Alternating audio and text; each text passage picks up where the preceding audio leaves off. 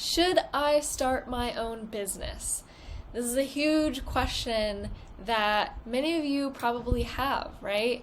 Maybe you are working for another designer and you're getting sick of it, and your ultimate end goal is to start your own business and do your own thing, right? Maybe you are switching careers and wanting to jump in interior design, but you're contemplating, should I spend a few years working for someone else so I can get the knowledge and then maybe eventually I'll start my own business? I don't know. It can be daunting and scary, especially when you realize, wow, I didn't get taught shit about business when I went to college. I have a few creative skills, but I don't know anything about running a business and making my own money. And you're not alone, right? I had that same eye-opening thought, and it's unfortunate. You can learn a lot hands-on, definitely, but at the end of the day, if you don't have a mentor or if you don't go through it yourself and just learn over the course of a few years, you're probably just going to teach yourself. And everyone has a different path, and that's totally fine. So, should you start your own business? It's going to come down to a few different things. You're going to have to weigh the pros and cons and see ultimately what makes the most sense for you. So of course, I'm speaking from my own experience here and how I take it. Of course, I have my own interior design business and I love it. I would never look back. I personally hated working for other people. I loved it at the beginning, but eventually I just got kind of burnt out. So the first thing being, there needs to be a mentality shift.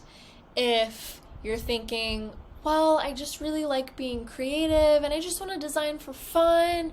And, yeah, definitely. We all love design. That's why we're here, right? We want to design and create beautiful spaces for people. But the goal of having a business is to make a profit, right? You want to make money and to make a living. And if you're not making money, then it's a hobby, not a business, a hobby. So a business means you're making money, you're not in debt, you aren't giving your services away for free, you're charging what you're worth, and hopefully you're making a living off of that. So I don't think you should give your services away for free. You definitely can start somewhere and work your way up, but everyone has to make a living.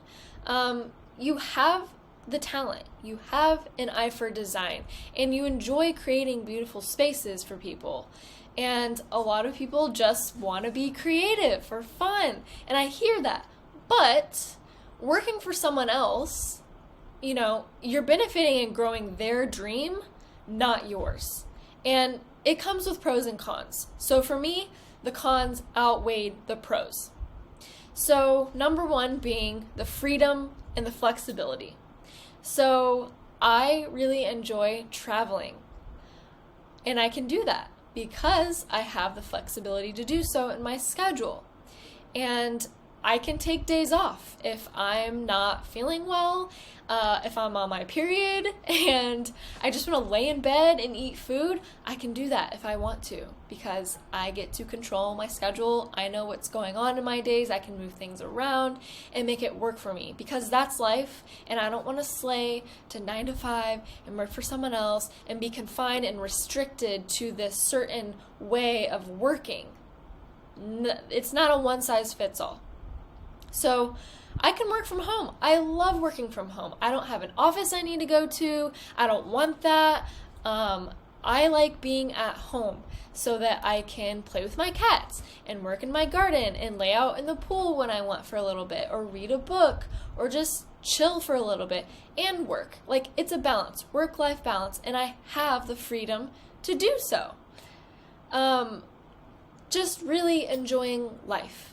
I can't sit down on a computer all day for like 8 hours straight and be forced to be creative all day. Like, that's probably not how it works.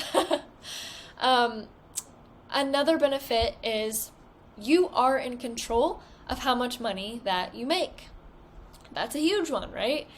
You can price your own services. You can choose your own services that you want to offer. So for example, instead of making let's say $25 an hour, you could be making $150 an hour.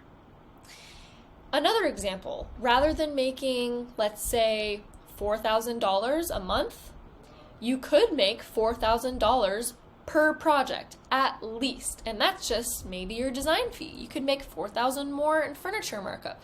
So that's like $10,000 on one project, okay? So you might also think, well, I kind of like having someone telling me what to do. I kind of like just going into work and them telling me what project I'm working on and what I need to do for the day, and just being able to clock out and go home and not think about it anymore.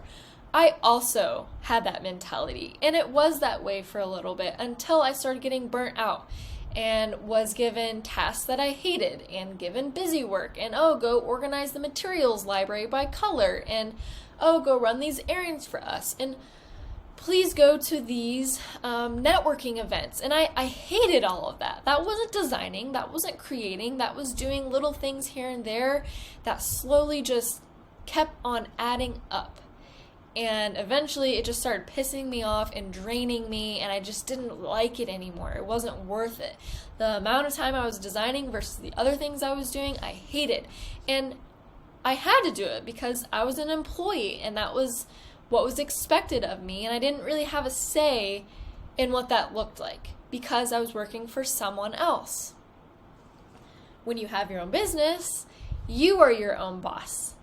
You get to be in control. You get to decide what tasks you're doing, what projects you're taking on, what your day looks like ultimately. And that means a lot to me personally, the freedom of it all. You are also in control of your trajectory, depending on maybe the goals that you have for yourself and your business. So maybe your goal is to have employees and grow. Studio McGee, for example, I love to use her, right? She started out herself, and then eventually, over time, she grew big and now has a Netflix show, a Target line, a huge business with employees under her. If that's your goal, to have employees under you, great. You can take the steps to get there. Maybe you hate having a boss and being told what to do, then be your own boss. You get to do that. You're in control here. Like I said, I didn't like that. Over time, I just did not like the pressure, being confined in this one-size-fits-all box. And here's what you're going to do today, Emily. This is what we expect of you. It's really fun at first, but over time, for me, it just didn't make sense. So you get to create the rules. You create the vision for your business, your brand, the services you have to offer, and really just for it to be a reflection of you and how you want to show up and design for others. You get to create that, right? You have the option of niching down if you'd like, right? Maybe you like traditional style or eclectic and you like to mix and match, modern and antique pieces. Maybe you love mid-century homes where you live. You have a lot of mid-century homes and that's what you really want to be known for. Maybe you love thrifting and antiquing and that's what they come to you for. You have a good eye for collecting and curating and not just buying everything off the shelf at Target or Pottery Barn, for example. They come to you because that's your style. That's what you're known for. You get to grow and get there and be known for that because it's your vision. It's your goal and your dream for your business. So you aren't being forced into like a creative bubble that is really just limiting your potential. And that's how I felt. My potential was being very limited. They liked a very particular style and was colorful, and it was fun. And it's nice to learn and to establish and be able to design for multiple different styles and personalities. But over time, when you're just, getting all these designs out and it has nothing to do with what you like, your potential is being limited. Like maybe you really have this goal of creating like really luxury, high end and neutral but textural spaces. I don't know.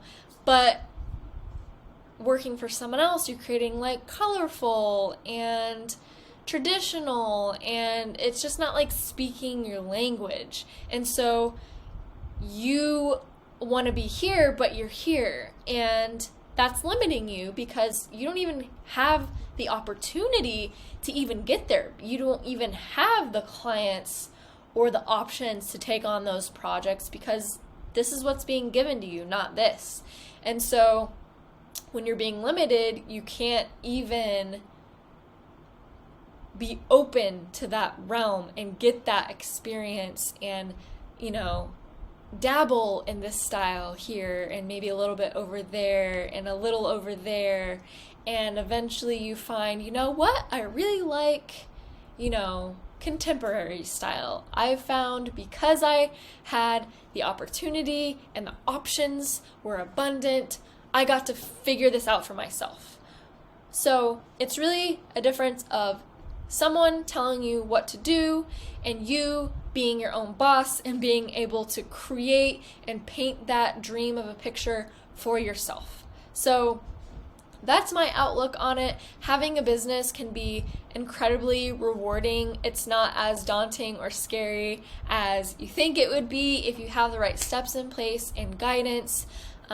If you don't know, I have a business and mentorship coaching company called Profitable Designer Blueprint, where we dive deeper and touch on all these subjects from beginning to end of how to start a profitable residential design business, the services I implement in the back end, the software I use, email templates, how to price yourself, all of that stuff that comes into having a business. I teach you exactly what I did in my own business to be successful and where I am today, and how you can also implement that too.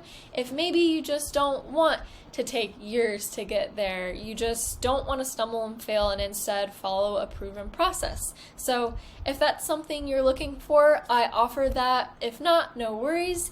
Everyone has a right to their own path, but I'm here if you need anything. So yeah, let me know what you thought in the comments. Are you thinking about starting your own business? Are you scared? What questions do you have, right? I'm here to support you. So hopefully you found that super insightful, and I'll see you in the next one.